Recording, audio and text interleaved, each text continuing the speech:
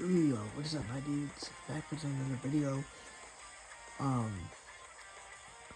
um, this time, I'm going to be talking about the story of Death End Request 2, as I never really went over most of the story. I just did part of it, basically. So,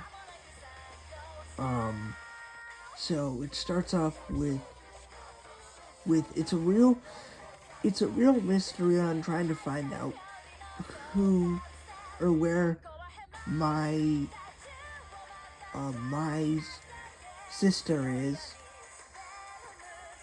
and so she goes to this school. I forget which name it is.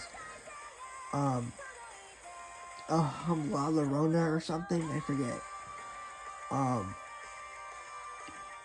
I forget exactly. So she goes to the school and she tries to find her sister, and there's this weird curfew that almost said Balalaika from Black Lagoon. That's not her name. Her name is Midra. Midra eventually tells of the rules of the school, and they're not allowed to go out past midnight for this curfew. Now, of course, I thought this was very odd, because I'm like, well, if you're a part of a school, you usually find out, like, different, there are usually a lot more rules than that. So, eventually, yada yada yada, some of the people break the curfew, including Mai, and they start to unravel the truth about the school. And the truth is that past midnight, the school turned into like this graveyard full of monsters and stuff, basically. And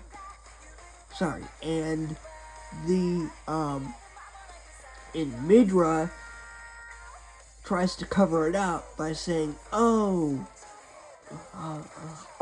by saying different, like, excuses, like, there was this one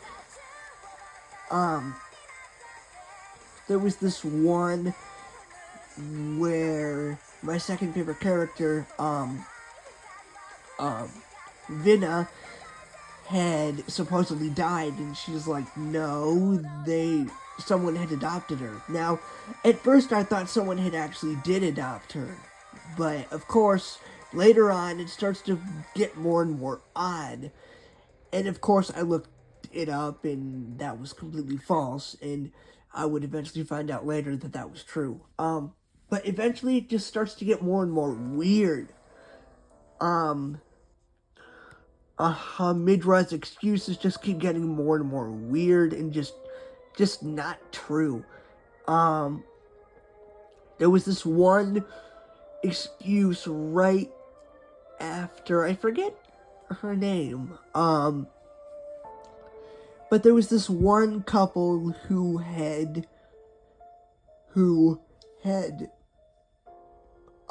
was really into each other, and they had eventually,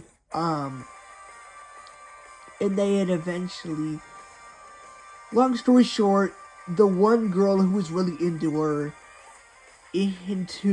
her other counterpart eventually drowns her, which is another really good story element before the boss fight, against that girl's shadow matter form, as you eventually find out that these shadow matters aren't just random monsters.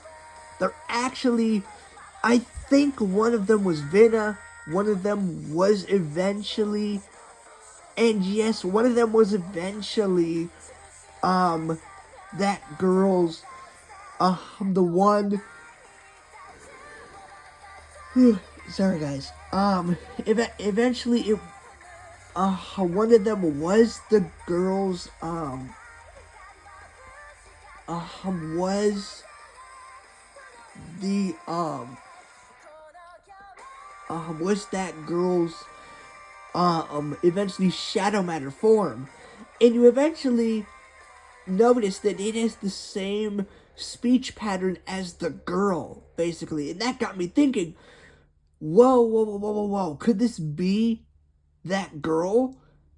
And of course, eventually you find out pretty obviously that they transform into the shadow matters. Eventually one of the other girls,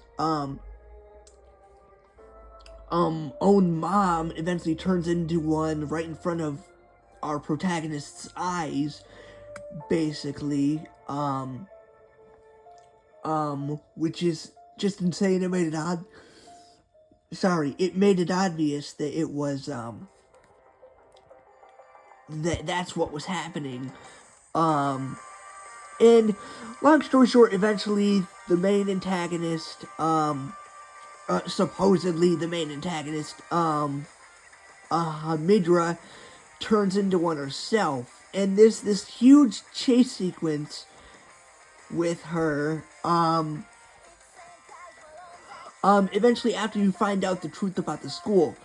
The school, before I get into the actual chase sequence in the final boss, the school was mainly an occult, basically, going into, like, this false, truth about, into this false truth about, like, oh, there's this really nice religion and all that stuff, and of course it was just a huge front for, it was this huge front, for a much darker purpose, yada yada yada. It's an occult, and one of the other characters, I think her name is Sheena, gets brutally attacked by them, and it was really, really hard for me to watch, because I'd run attached to Sheena, and it just sucked. The only good thing about it is that her friend basically took one of the occult members with her in what was her death, basically, which I thought was hilarious. She was like, dude, if I'm going down, I'm taking one of you bastards with me, which I thought was hilarious. Yada yada yada. Eventually, they get into the chase sequence with Midra, and you eventually find out that she too turned into a shadow matter, and you have this fight against supposedly the final boss, which was Midra, or her other name. I think it's Frenzy Midra. And basically the supposedly final fight finally begins, and you eventually fight Frenzied Midra, and you eventually win, and this kind of false truth eventually happens about, oh, Mai wasn't even in the school, and really wasn't even talking to the other people. She was basically there alone, and stuff, and of course, this was all just a front to make her go into this despair-like state so they could actually kill her, which gives me humongous, Junko Enoshima vibes. I love that the true antagonist, Julieta, pulls like a freaking, Junko from the Danganronpa series. I love that. And eventually, you find out the actual truth is that all of the students, besides your main party, were actually dead the entire time, basically. And eventually, you get your main party member back and head into the main final chapter of the game, which is a maze. I did not like this chapter, because I don't mind mazes, but if you force me into a maze when I don't want to be into one, I'm going to not like it. And it was like the one point in the game where I really, really raged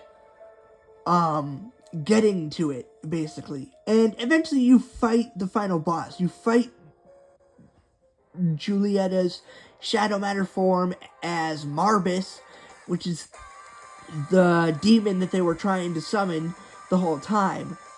And long story short, you eventually win, saving the day. Mai actually goes back in time, and she basically supposedly resurrects all of the dead students. And of course, this is one of the bad endings. I don't know how. I thought to myself, well, how is this a bad ending? All of them survive. How is this a bad ending?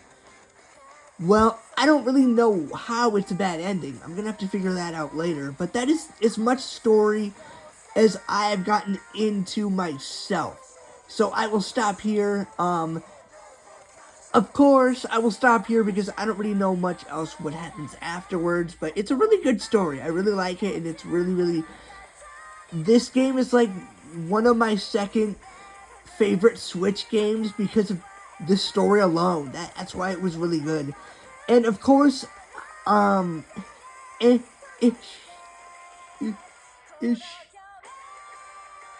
and ish, of course, the gameplay and music are factors as well. But yeah, I hope you enjoyed, and yeah, that was mainly the story of this game. And of course there's post-game story, and I won't go into that because I'm not there yet.